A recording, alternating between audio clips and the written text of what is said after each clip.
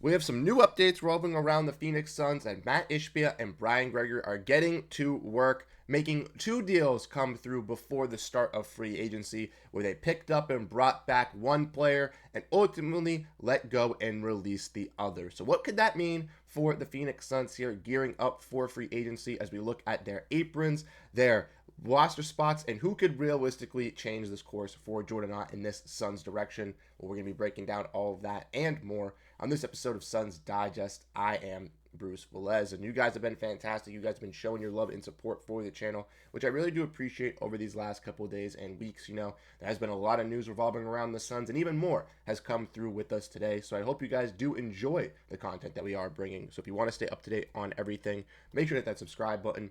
The 65% of you guys who watch these videos are not subscribed.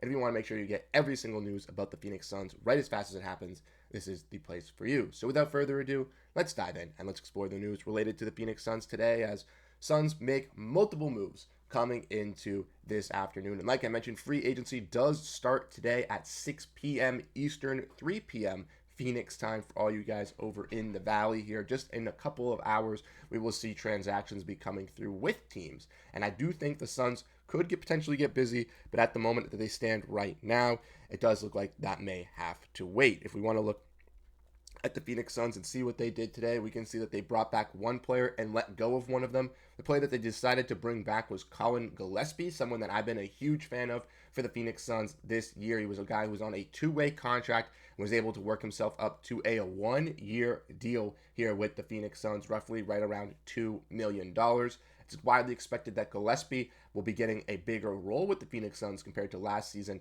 as he excelled as a backup point guard, working alongside Devin Booker, but also leading that unit when guys like Beal and Grayson were out with injuries. And that's where a person like me would love to see a guy like Colin be able to thrive and stay in this system, and looking for those guys to kind of be moved elsewhere because they don't really mesh really well with a guy in Colin Gillespie. But we'll still have to wait and see with the Phoenix Suns, as we'll get into that just in a little bit. But for Gillespie, I'm very happy that he was brought back. I just saw the news, but it's amazing news when I found out. We all thought that he deserved this contract at the end of last season, but it finally happens now. Obviously, the Suns didn't want to give him that deal because they weren't going to make the playoffs, but ultimately, could they have waived Cody Martin at this point already? Yes, they would have lose the negotiations of trying to use him in a trade, but anyways, it would have been the same instance. It would have been the same outcome now than it would have been back then. So I don't understand why it couldn't have happened. Obviously, he will compete for some backup guard minutes, and I'm excited to see him back in the Valley, with Devin Booker starting at point guard at the moment, and with the Suns still having no other point guard under this roster. It does look like Gillespie and Booker will be getting a fair share amount of play, and also we'll see sometimes where Booker and Gillespie do play alongside each other, because that had some success last season. Gillespie, as we all know, is a solid playmaker, hustle defender guy, came in that heart and grit for this Suns team, specifically when a lot of people were counting them out when they were dealing with injuries. A guy like Colin Gillespie said, "This is my time to shine, and I'm not going to take that away from them." And he came up and delivered. He had a big game versus the Los Angeles Clippers, where everyone was like, "Whoa!" with him and Kevin Durant. And then after that, Gillespie got to continue to ride that high wave in Mike Budenholzer's offense when he used him, right? Obviously, there were times where he took him out, but when he used him, he was a great piece for this Phoenix Suns team. And I really, really like what Colin Gillespie has been able to bring for the Phoenix Suns, from a person that went to Seton Hall and had to watch him all 4 years of college. I didn't like him in college because he would tear up my team. Now that he's on the good side with me, man, oh man, has this guy been a bucket. And I can tell you that he's been working on that craft since then. So Colin Gillespie, a great move for the Phoenix Suns to bring back in and have into this guard room here for the future, and potentially even into more seasons after next year. But another move that the Phoenix Suns decided to get into today was reported by John Gambadoro, as the Suns will not be retaining Cody Martin, as his contract was non-guaranteed until today, and they will be waiving that, making him a free agent. Now, Cody Martin made around $8.7 million on the year. And the whole reason why Cody Martin was even on this roster was for this said case. If you guys obviously remember last year, the Suns traded Jusuf Nurkic for Vasilij Micic and Cody Martin, who both had team options and non-guaranteed deals, basically so that they could waive out that money and get underneath it, so they didn't have to have the headache of keeping Jusuf Nurkic last year for that half of the year, with Mike Budenholzer being, having some quarrels back and forth as their relationship wasn't great, and basically sending Jusuf Nurkic home for the second half of the season. But not only just that, it was so that the Suns could then, not have to have that headache of trying to trade Yusuf Nurkic now. Obviously, we saw the deal with the Jazz and the Hornets where maybe it would have been better if the Suns held on to Yusuf Nurkic, but I don't really know. Ultimately, the Suns are still a little bit screwed here, even with waiving Cody Martin, because they were going to waive Vasilije Micic, but they used that contract to trade for Mark Williams on draft night. And obviously, that was a great use of that contract. I'm not complaining.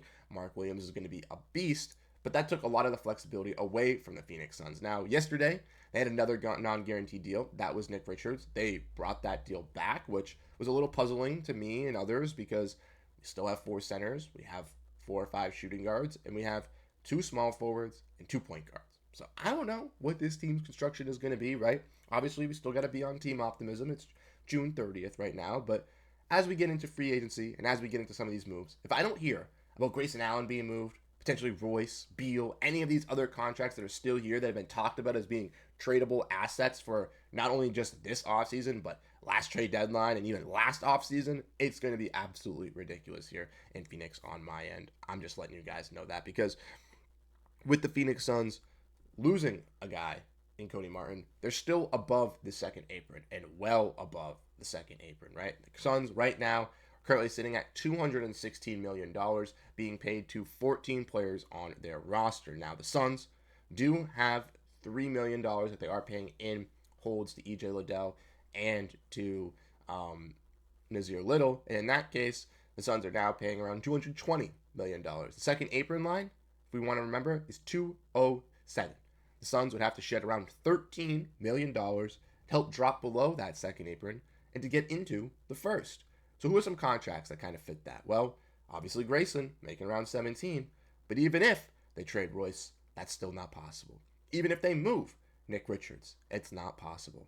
So it has to realistically be either Bradley Beal getting out of here, it has to be Grayson Allen, or it has to be Royce and Richards. And if you trade Royce and Richards, you have to take back $2 million or less. If you trade Grayson, you have to take back $2 million or less.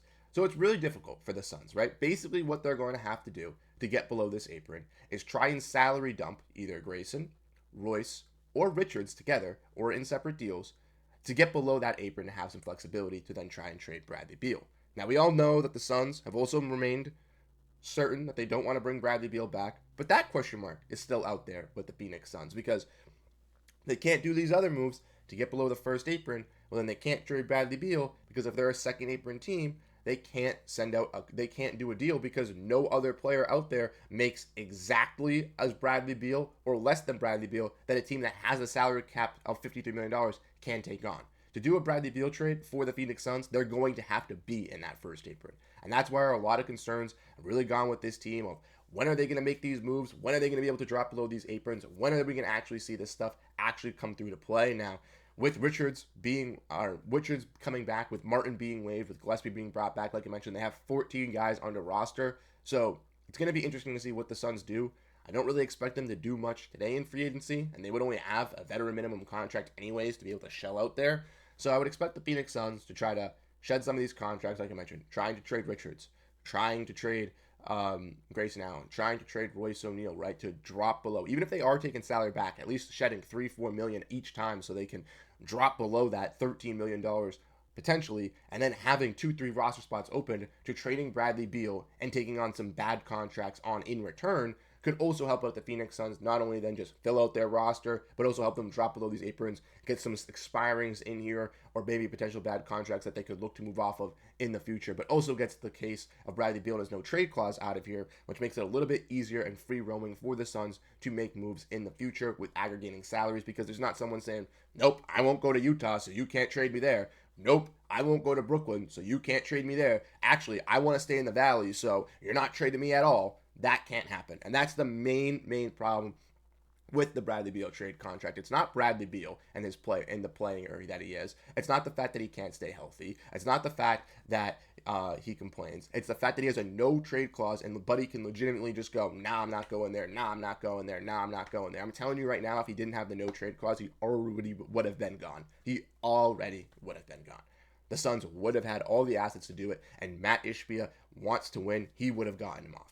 So that's the main problem. It's the no trade clause, the no trade clause, the no trade clause. You have to find a team that he's willing to waive that no trade clause for, and you have to find that out sooner rather than later. Obviously, we have free agency starting, so kind of need a trade to get that to go, or need Bradley Beal to take some money to go in. Now, obviously, Beal can become a free agent in the middle of free agency, but that's going to really limit his options because some teams may spend money and not have the option to even bring in Beal, and those teams might be the ones that he even wants to go to. So, yeah, very, very confusing for the Suns. But like I said, Gillespie back, that's a huge A+.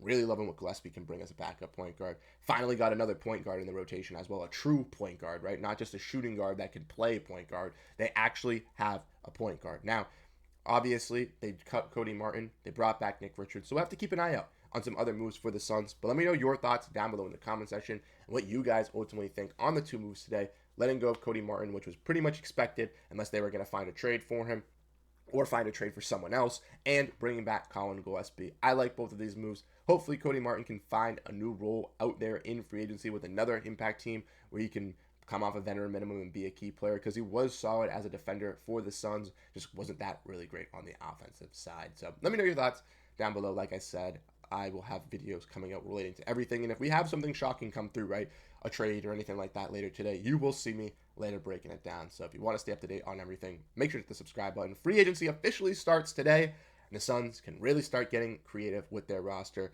and we'll know in a couple weeks or in a month where this team is heading in what direction. So let me know your thoughts, like I said, down below in the comment section. I really do appreciate all the love and support, and I'll catch you guys in the next one. Have a great rest of your day, and go Phoenix Suns. Peace out, everyone.